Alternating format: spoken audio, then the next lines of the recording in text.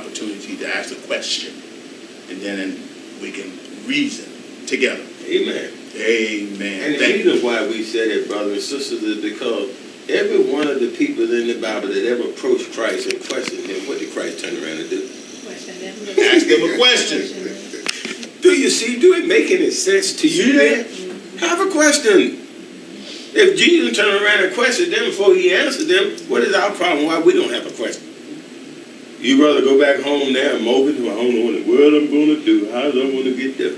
Had a young lady the other day come up and her cell phone was getting turned off like she needed, you know, and she wasn't working nowhere. And she said, but I need my phone. But she's out of job right now. I don't know how in the world I'm going to get my... I said, well, honey, don't worry about it. That's it. You'll get it taken care of. That's all you got to do.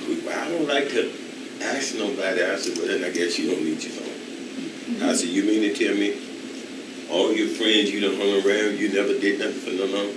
Yeah, I do for them all the time. I said, then why don't you just make the statement? Don't ask them. Just make the statement. You'll be surprised. Called me last night. Guess what? She said, some of my friends just came up and gave me the money and told me to go ahead and get my thing. And she said, I didn't even have to ask. I said, you see what I mean? You just make your statement of what's going on in your life. The ones that love the Lord are going to take care of you. Amen. I keep telling people all the time, and I try to say it every time I get up. You have not because you ask not. Seek you shall find, ask it shall be given, knock and the door will be open up. Why? Because God owns it. Yes, He does.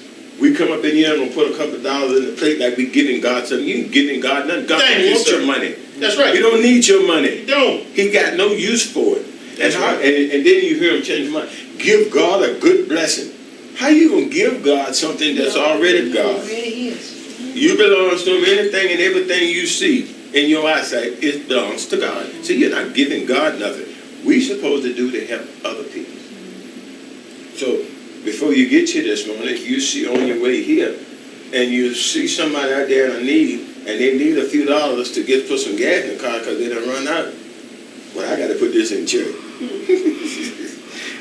That's our thinking. That's how we've been taught. We're going to hear them run here to put it in the plate, and the person sitting on the side of the road, they'll run out of gas. You take that money and give them the gas, or go get the gas and give it to them. If you don't make it to church, fine. You done your deed for the day. That's right. That's the kind of teaching we're supposed to teach from this book. Take care of God's people.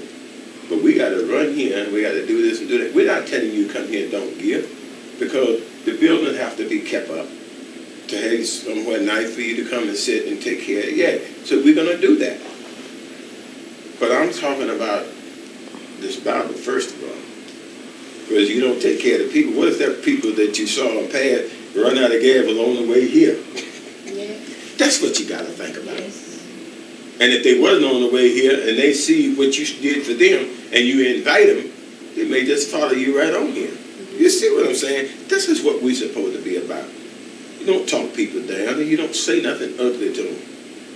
I've heard so much of this, and I go to church and I sit up in there and I be looking. I be shaking my head, and some of the pastors, they try to get me to come up in the pulpit. I stand up quick. So, Reverend, I appreciate it. I thank you very much. I said, I really thank you. I said, but as Christ's word, that's the way I am. I said, you always found Christ amongst the people. I said, if he said, pick up my cross and follow him, I said, so this is where I want to be. I said, but I'm not trying to be obedient. I said, because I know what they say when you come into the house of the Lord, the first thing is to be obedient. I said, so I'm not telling you, I'm telling you, I'm not trying to be disobedient. But if I gotta come, I'll come.